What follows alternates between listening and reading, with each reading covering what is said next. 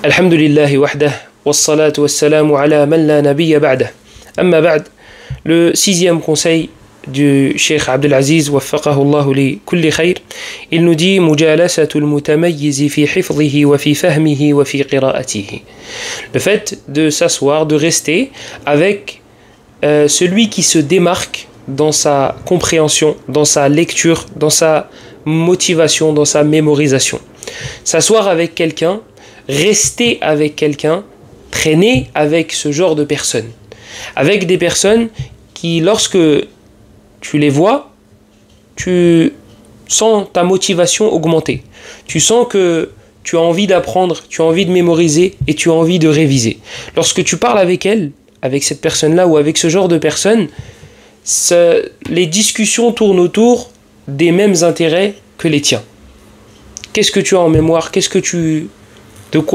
verset te vient en tête lorsqu'on parle du suivi du prophète sallallahu alayhi wa sallam? Yallah, bismillah. Je te laisse 10 secondes pour commencer. Et tu commences comme ça et tu finis avec des heures de ilm, de science, de révision, d'apprentissage. Tastafid, tufiduhu wa yufiduka. Tu vas lui rappeler des versets qu'on lui avait peut-être fait oublier, il va t'en rappeler d'autres, et des hadiths, et peut-être qu'il y en a que tu ne connaissais pas, et il va te les passer, peut-être... Imagine ce genre de personne, ce genre de fréquentation, tous les jours. Mais quelqu'un qui en fait son quotidien, quelqu'un qui est comme ça, tu n'as pas besoin de toi le tirer vers ce genre de discours et d'habitude. C'est son quotidien, il aime cela. Il aime cela. Et ça va être à l'image d'une flamme qui ne s'éteindra pas. Cette flamme-là, qui est ta motivation, ça va être une flamme qui ne s'éteindra pas. Et dès lors qu'elle commencera à s'affaiblir, bien, tu vas juste t'approcher de cette personne-là et tu vas te rappeler que, eh bien, elle va te poser des questions. Ou bien, elle continue d'avancer, cette personne-là. Il faut que moi aussi j'avance. Comme Allah subhanahu wa ta'ala nous dit وَفِي ذَلِكَ فَلْيَتَنَافَسِ الْمُتَنَافِسُونَ.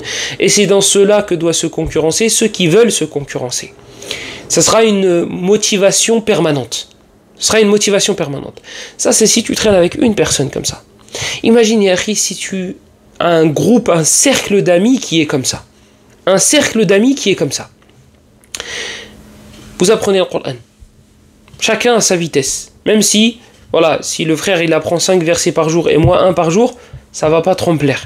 Donc ça va pas trop me plaire dans le sens où je vais vouloir faire pareil ou mieux, ou me rapprocher. Donc ce n'est pas de la mauvaise jalousie. C'est comme le prophète sallallahu alayhi wa sallam nous a dit dans le hadith, dans le Bukhari et Muslim, hadith d'Abdullah ibn Umar, et d'autres compagnons le rapportent. La hasada illa fitnatayn. Point de jalousie, excepté dans 2 choses. Et il a cité la personne à qui on a donné le Coran et qu'il le récite souvent. Donc moi je ne veux pas qu'il me dépasse et qu'il me mette comme ça une pointe. Donc ça va me servir de motivation. Imaginons on est approximativement au même niveau, on va approximativement à la même vitesse.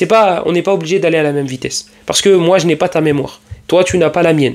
Donc si je me compare à toi, je risque soit de me limiter en termes de niveau parce que je te dépasse largement en termes de mémoire, donc je peux faire largement mieux que toi, mais comme toi tu es mon sarf, comme toi tu es mon sommet et mon toit, je me dis vas-y, toi t'apprends 4 versets, 5 c'est déjà pas mal pour moi, alors que je peux faire 10 par jour. Ça c'est si j'ai une meilleure mémoire que toi. Mais si par contre je n'ai pas une meilleure mémoire que toi et que toi t'en apprends 10 par jour et que moi j'en apprends 2, ça risque de me démotiver si je me compare à toi. Si je n'ai pas la capacité, si ma mémoire ne me le permet pas. Donc, je vais me rapprocher. En général, il n'y a pas une grosse différence. Moi, mon objectif, c'est d'être meilleur qu'Ilyes d'hier. Donc, si moi, je sais que je peux apprendre 2 versets par jour et qu'aujourd'hui, j'ai réussi à en apprendre 3, ça y est, j'ai réussi à m'améliorer. Amma toi, je vais me servir de toi comme motivation. Non pas comme référence par rapport à ma mémoire. Donc, imaginons, on est un cercle d'amis. On est 5. D'accord? On est 4 ou 5. On apprend le Coran au bout de, on va dire, on a pris notre temps, 5-6 ans. D'accord? Nos enfants ont grandi ensemble. Ils ont à peu près le même âge. Ils ont appris le Coran en 5-6 ans. Ou plus. Yahri, on se réunit tous les soirs, toi et moi. Toi et vous et moi, le groupe. Tous les jours. Après le Fajr, on s'assoit 1h30. Donc on fait Salat al-Fajr en groupe, on fait nos adhkar et on récite 1h30 de Coran. Soit on est assis chacun dans un coin dans la mosquée, soit on s'assoit ensemble et chacun récite une partie, mais une partie dans l'ordre du mushaf. Comme ça, on le clôture ensemble. 1h30 après le fajr, 1h30 après le maghrib. Donc entre le maghrib et l'isha. Les anges demandent pardon pour nous, parce qu'on est dans la mosquée en état d'ablution en train d'évoquer Allah. On est en train de réciter la parole d'Allah. On est en train de s'entraider dans le bien. Et Akhi, tu crois vraiment qu'un jour, toi, tu vas te dire j'y vais pas? Tu sais que si toi, tu y vas pas, il y en a 4 autres qui vont réciter. Et que ces 4 autres-là risquent de te devancer au paradis. Tu vas, le jour où ta motivation ne va pas être trop élevée, tu vas... Ah ouais, mais non, mais les 4 là, ils sont en train de réciter. Ou bien les 4, ils vont réciter. Et moi, je vais pas être là, c'est mort, j'y vais. Même si tu t'es disputé avec ta femme, tu vas te dire non, j'y vais, même si j'ai pas envie. Tu vas y aller. On est 5. On fait ça tous les jours. Et on se met comme objectif, de finir le Coran une fois tous les 5 jours. Une fois tous les 5 jours. Et tu t'imagines, par mois, donc tous les mois, le finir 6 fois. Tu clôtures le Coran 6 fois. Ta motivation, elle est là. Pourquoi? Parce que tu as 4 potes à toi qui récitent avec toi et qui révisent avec toi. Et tu as envie de le réciter par cœur toi aussi parce que tes 4 potes le connaissent par cœur. Vous avez appris ensemble. Donc dès qu'il y a un verset, tu commences à bégayer, tu te dis bon, cette fois-ci, donc une fois mais pas 2. J'ai hésité sur ce verset-là, je vais le réviser comme ça la prochaine fois que je passerai par ce passage-là, eh bien je le mémoriserai. Parce que mes 4 autres potes maîtrisent ce verset-là ou maîtrisent les versets qu'ils ont récités. Il n'y a pas de raison. Je ne suis pas plus bête qu'un autre. Si eux, ils ont réussi, moi je peux réussir aussi. Taïb. Tous les 5 jours, on a cette habitude-là. Nos enfants, ils ont grandi ensemble. Eux aussi, ils ont appris le Coran.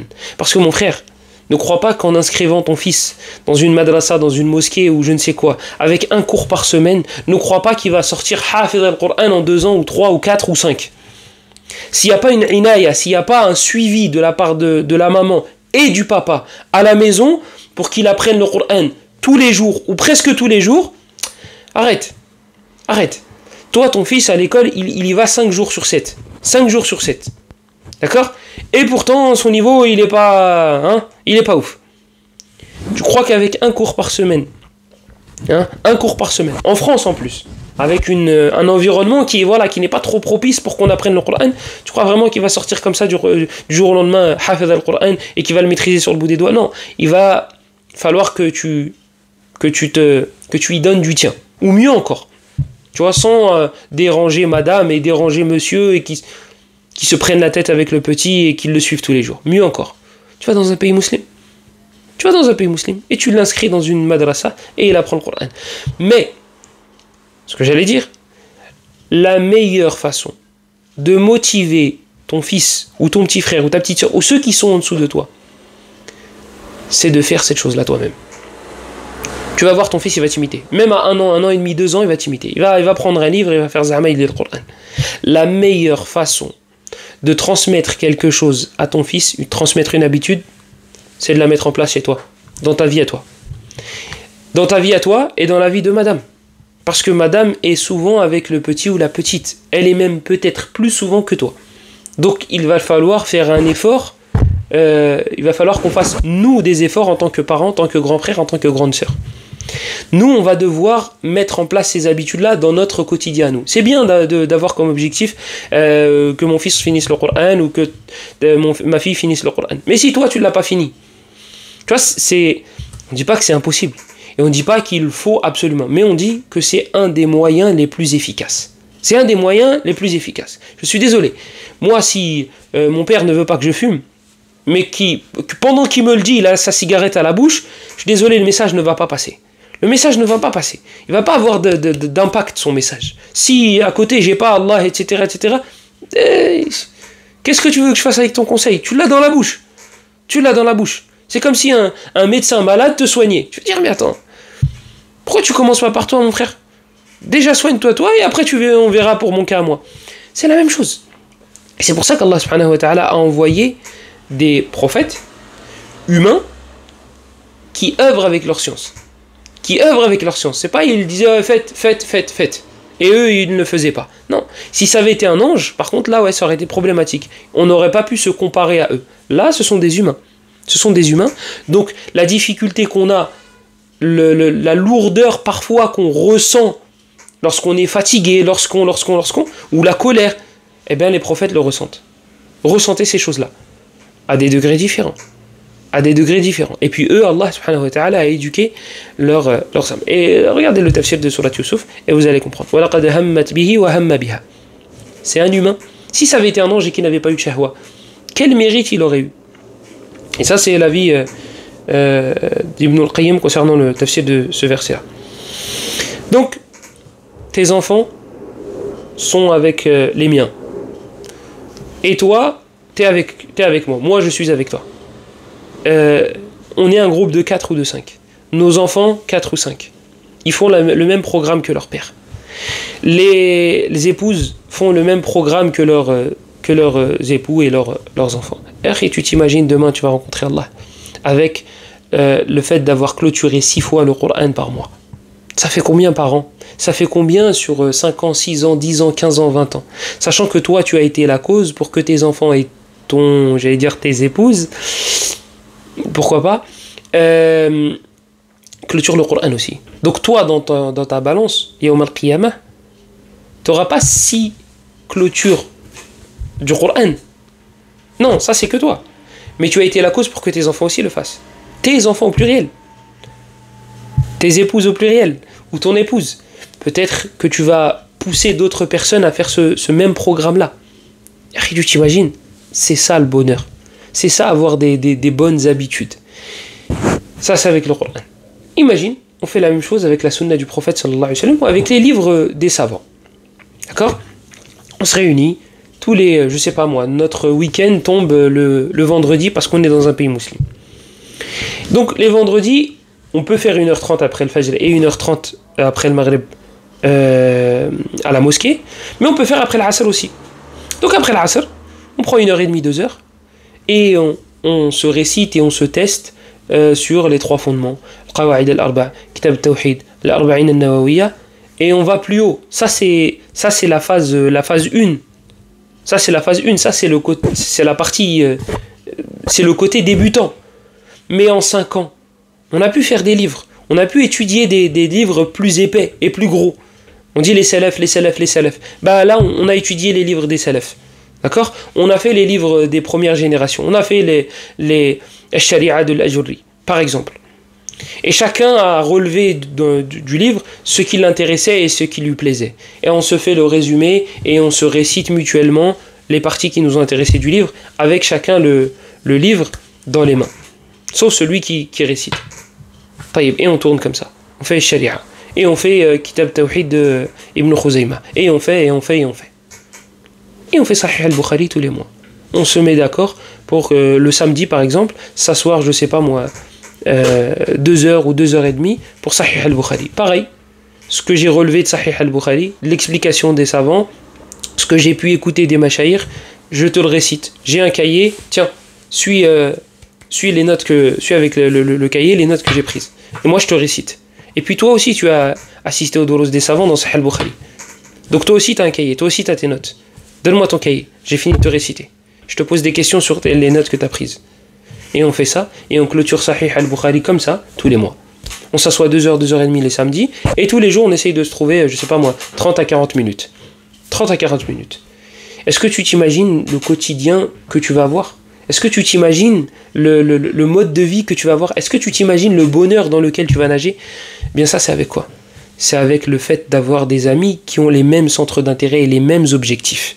Et si tu peux trouver des amis qui sont plus motivés que toi, ça c'est une ranima. Ça c'est le but. Taïb. On redescend sur terre. Mais c'est pas des choses qui sont impossibles. Moi je déteste le mot essayer. Je déteste le mot essayer. Et j'ai envie de l'enlever de mon vocabulaire. J'ai pas envie de dire essayez les gars, vous allez voir. J'ai pas envie de dire essayez. Non, faites-le. C'est pas impossible. C'est pas du tout impossible. Et c'est pas quelque chose d'extraordinaire qui demande un travail de fou. 5 ans. 5 ans. Mais bijid wa ijtihad wa sidq wa ikhlas. Mais on se motive. Hein, on fait pas on veut des résultats, des gros résultats, des bons résultats, mais une demi-heure par jour. Et tu vas faire quoi avec une demi-heure par jour? Qu'est-ce que tu vas faire avec une demi-heure par jour? Une demi-heure par jour, d'accord, une semaine, fais ça. Le temps de t'échauffer, tu sais, tu t'échauffes. D'accord, une demi-heure par jour, le temps de prendre l'habitude de lire et d'apprendre, etc. D'accord, vas-y, fais une semaine comme ça si tu veux, 10 jours, gars, vas-y, cadeau. Mais après, passe à une heure et demie. 2 heures, 2 heures et demie. Sauf si ton objectif, c'est d'apprendre Juz Tabarak. Si dans ta vie entière, tu veux finir avec Juz Tabarak, donc la dernière partie du Coran, les 4 derniers hizb du Coran, et tu veux sur la Tel Kahf, parce que c'est bien de la réciter tous les vendredis, il n'y a pas de problème. Il n'y a pas de problème. Tu as choisi ton équipe. Et c'est pas négatif et c'est pas péjoratif ce que je dis. C'est juste que si tu as pour objectif de finir le Coran, d'étudier le Bukhari, d'étudier Muslim, etc., c'est pas une demi-heure qu'il te faut. C'est pas une demi-heure. Parce que tu vas être déçu du résultat en fait. Tu vas être déçu, très déçu même. Tu peux pas une demi-heure par jour. C'est comme si toi tu disais à ton patron, ce mois-ci je veux 4000. D'accord ? Tu sais comment faire. Ah non, moi je travaille pas. Bon, vas-y, tu sais quoi, je travaille 2 heures par jour, c'est bon. C'est bon comme ça ? 2 heures par jour, tu ne te feras pas ce salaire-là, sauf si tu fais partie de... Mais sinon, tu ne te le feras pas. Monsieur tout le monde ne se fait pas 4000 € avec 2 heures par jour, mon frère. Tu veux 4000 ? Eh ben, tu retrousses tes manches, tu fais des heures supplémentaires, et après, tu auras tes 4000. C'est la même chose pour l'ilm. Ne me dis pas une demi-heure par jour, et après tu me dis, je veux finir le Coran en 3 ans, ou là en 4 ans, ou là en 5 ans, et je veux étudier Sahih al-Bukhari, et Tirmidhi, Abu Daoud, etc. Non. Tu vas être déçu, en fait, c'est ça le problème. C'est que tu vas être déçu. C'est comme si tu me disais, il y a une ville qui est à 50 km, et moi je suis positif, t'as vu, je suis un gars optimiste. Ah ouais ? Et alors ? Bah je vais y aller en trottinette en 20 minutes. Tu penses que c'est possible ? Oui, c'est possible. Si tu dors et tu t'imagines ta trottinette volante, là tu peux y arriver. Mais sinon, tu n'y arriveras pas. Donc tu vas être déçu du résultat. Pourquoi ? Parce que les causes sont mauvaises. Donc, fréquenter des personnes qui ont ce genre d'ambition, qui ont une motivation, qui ne sait pas juste parler. Et quand on parle de fréquentation, les personnes que tu suis sur Internet, les vidéos que tu regardes, les mangas que tu regardes, les séries que tu regardes, les films que tu... Toutes ces personnes-là que tu regardes à travers ton écran ont un impact sur toi. Tout cela, ils font partie de tes fréquentations. Toutes ces personnes-là font partie des fréquentations. Et moi, je t'invite à réfléchir. Quand tu regardais tel manga, d'accord ? Le manga, il était glauque. D'accord ? C'était toujours de la mort, des démons, etc., etc. Ton état d'esprit lorsque tu regardais. Est-ce que c'était le même que lorsque tu regardais un manga, un gars, il est toujours optimiste, il est toujours positif, il est toujours... Non mais je vais réussir, je vais devenir un ninja. Je vais y arriver. Est-ce que lorsque tu regardes ce manga, tu as la même façon de réfléchir et de penser et tu es dans la même... La ilaha illallah, j'ai perdu le mot. Que lorsque tu regardais le manga qui était glauque et qui parlait de démons et qui était toujours sombre, etc., c'est pas la même chose. Ça, c'est des vidéos que tu regardes, des trucs qui ne sont même pas réels. Alors imagine-toi une personne avec laquelle tu traînes. Donc même ça a un impact. Le fait de voir et de regarder, je sais pas moi, mets une bibliothèque en fond d'écran, mets une bibliothèque sur ton téléphone, regarde, tape Maktabatu Sheikh, et tu mets le nom du shir que tu veux, et tu vas voir leur bibliothèque, etc. Ça va avoir un impact. Lis les biographies, comme on avait dit précédemment. Regarde quand un shir parle de son programme à lui. Quand il te dit, moi je lis 15 heures. Saad al-Shatri, hafizahullah, qui disait qu'il lisait 15 heures par jour. Il disait que, quand il parle de l'histoire de son livre, le Mukhtasar de Sahih al-Bukhari, il dit qu'il lisait tous les jours. Depuis qu'il est petit, Sahih al-Bukhari, je dis, je vais faire un résumé. Voilà, il a fait un résumé de Sahih al-Bukhari. Cheikh Salih al-Sheikh, pareil. Il te dit, j'ai toujours aimé les livres. Il dit, moi, j'ai pas d'amis. Il dit, mais mes livres, c'est toute sa vie. Il dit, même quand je lisais pas avant de dormir, je mettais une pile de livres comme ça et je dormais en regardant. Ce regard-là va avoir un impact. Ce que tu vas regarder va avoir un impact. C'est une fenêtre qui mène au cœur. Donc, fais gaffe à ce que tu regardes. Fais gaffe à qui tu regardes. Fais gaffe à qui tu écoutes. Et je parle même pas que de l'aspect religieux. Je parle même des youtubeurs que tu vas suivre, qui n'ont rien à voir avec le djinn.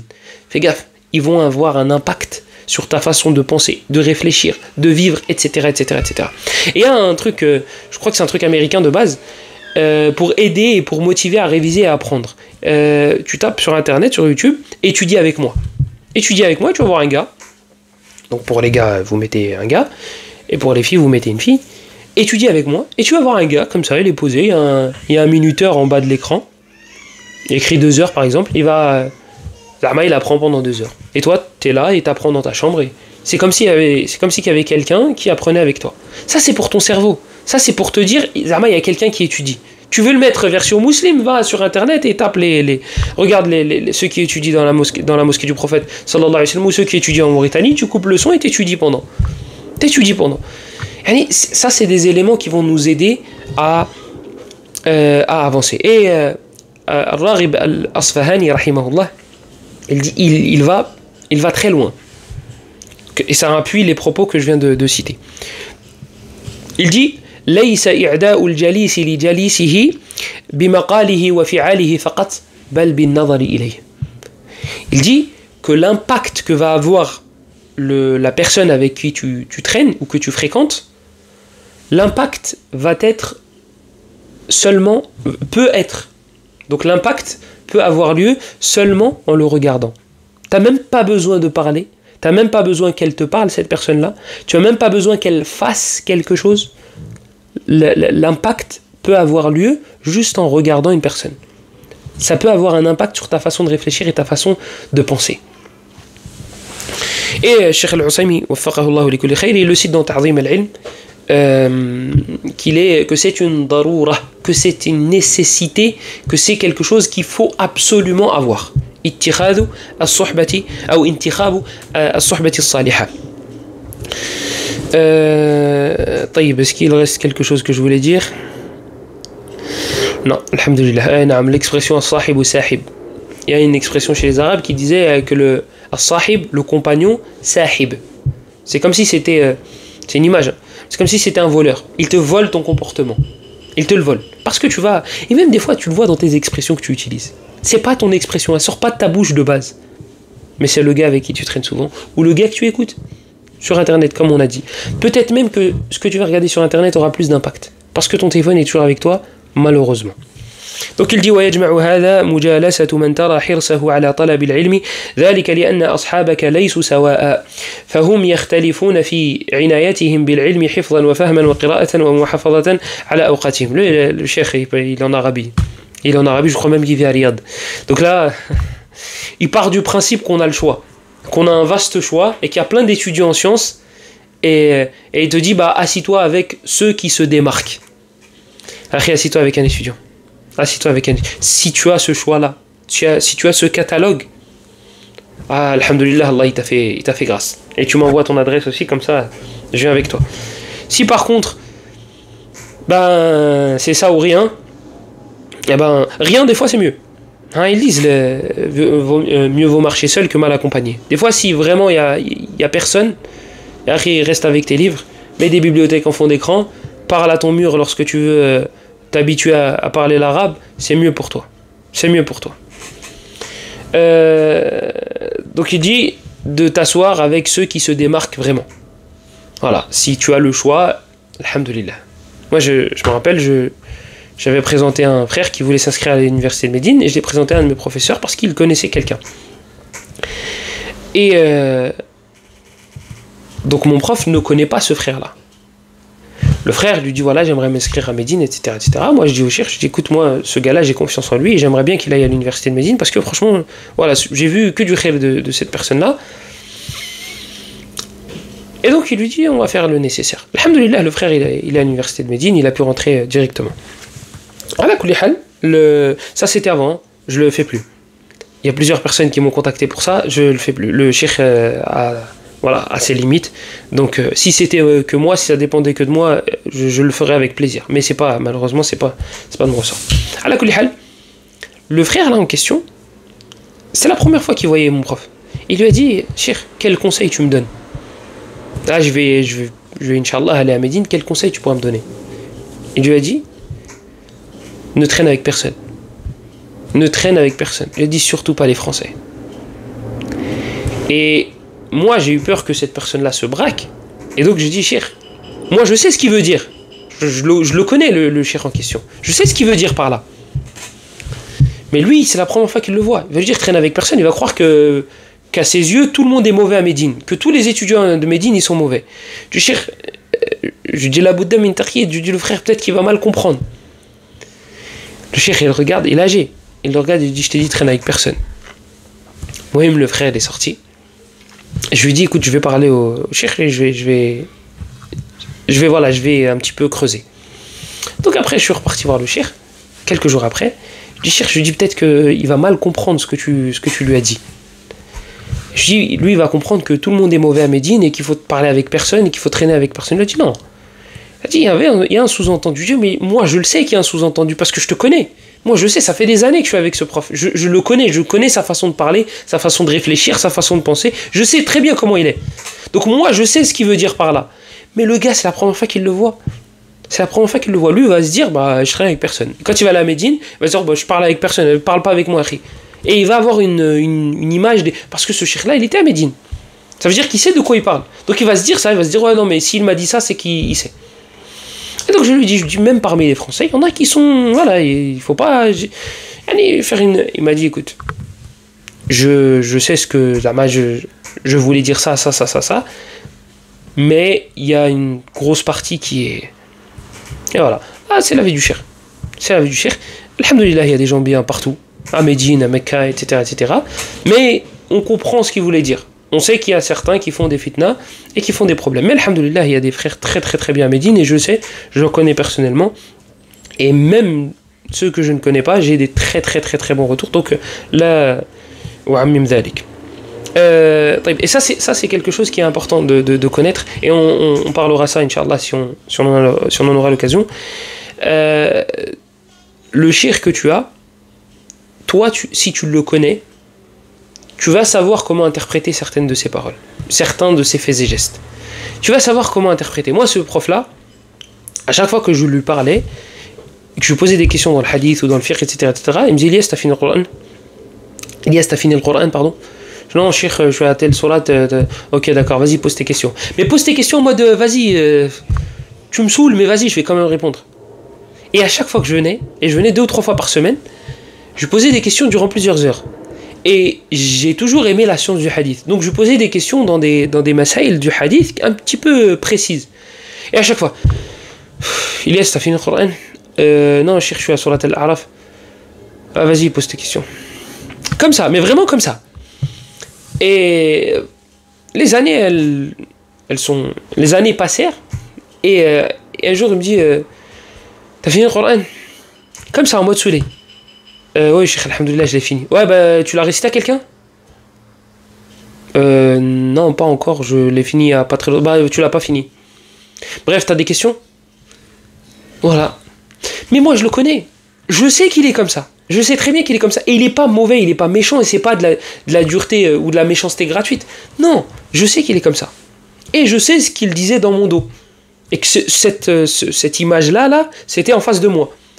C'était en face de moi. Mais dans mon dos, c'était l'inverse. C'était alhamdoulilah, je suis content, etc., etc.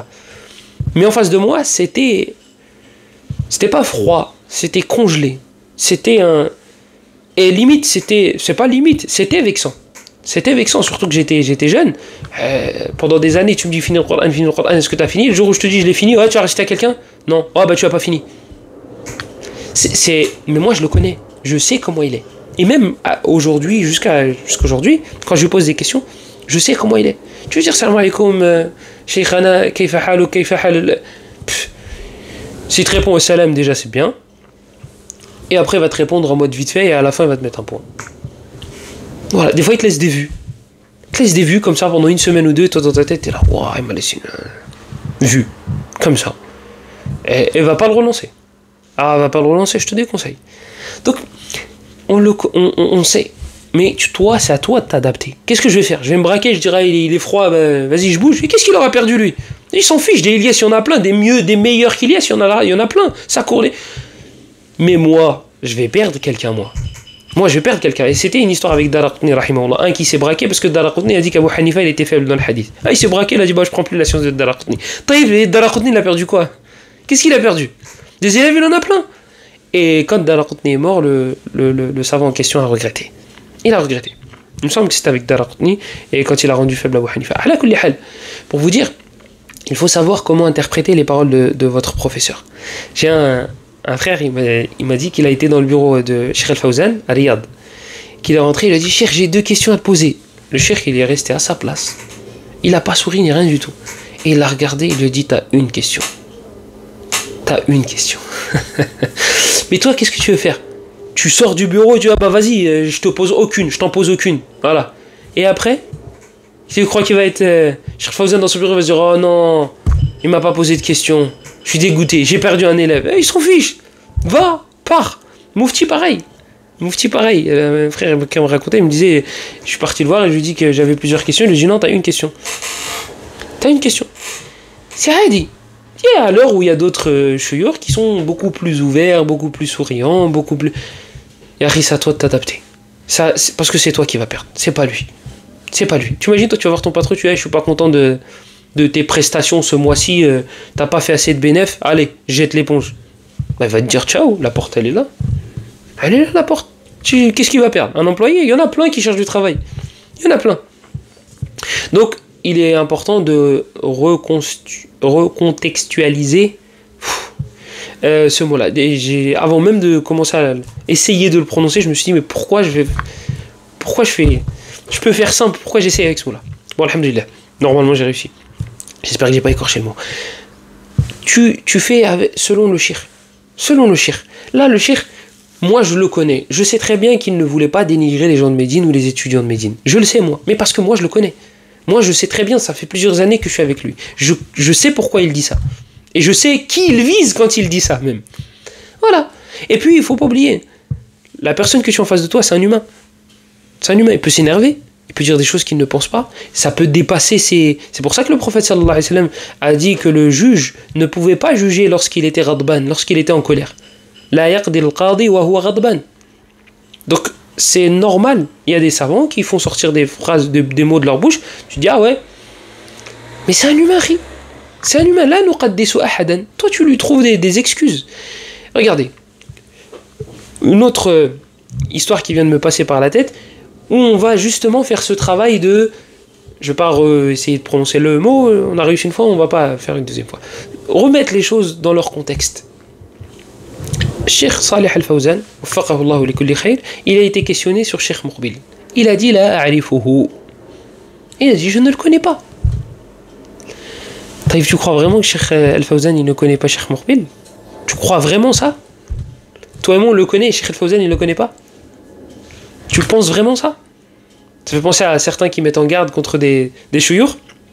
Quand tu leur dis mais Abdel Muhsin Al-Abbad, Salih Ali-Sheikh, Abdel Aziz Ali-Sheikh, ces grands machaïrs là, ils les défendent, ils les prennent sous leurs ailes. Ils te disent non, c'est des bonnes personnes. Tu dis ouais mais ils les connaissent pas. Toi et moi on connaît. Et eux ils connaissent pas. Ouais. Oui. Ala kulli hal. Donc Cheikh Mourbil, il a dit, Cheikh Al-Fawzan, il dit Cheikh Mourbil, je ne connais pas. Quelques semaines après ou quelques jours après, il est questionné sur Cheikh Mourbil. Il dit oui, grand savant du Yémen et ta. Parce qu'il a fait connaissance avec lui entre temps. Bon, il est mort, Cheikh Mourbil, rahmatullahi alayhi. Eh bien, il y a l'explication de Cheikh Salih Al-Usaymi. Il dit que Cheikh Al-Fawzan ne connaît pas Cheikh Mourbil. Yani, il ne le connaît pas sous cet angle-là, sous ce point de vue, sous le point de vue du questionneur. Toi, tu veux quelque chose de bien précis, toi. Là, la question que tu m'as posée, tu veux une réponse bien précise. Toi, tu cherches quelque chose, tu cherches à me faire dire quelque chose de bien précis. Tu veux m'emmener dans un terrain. Bah, ce terrain-là, je ne connais pas. Sous cet angle-là, sous ce point de vue-là, je ne connais pas Cheikh Mourbil. Et l'autre, qui l'a questionné peut-être d'une autre manière, bah ouais, je connais Cheikh Mourbil. Sous cet angle-là, sous ce point de vue-là, je le connais. Voilà. Si j'oublie pas, je vais essayer de mettre la vidéo à la fin de Cheikh Al-Usaymi quand il explique cela. Je ne sais pas si elle a été traduite. À la kulli hal, vous avez le sens. Donc, il est important de remettre les propos du savant dans son contexte. Il dit donc même les personnes qui se démarquent dans leur façon d'adorer Allah, assis-toi avec ces personnes-là, فاحرص على أن تلازم من تشعر أنك تستفيد منه علما وخلقا وزيادة في همتك. وصلى الله وسلم وبارك على نبينا محمد وعلى آله وصحبه أجمعين والحمد لله رب العالمين.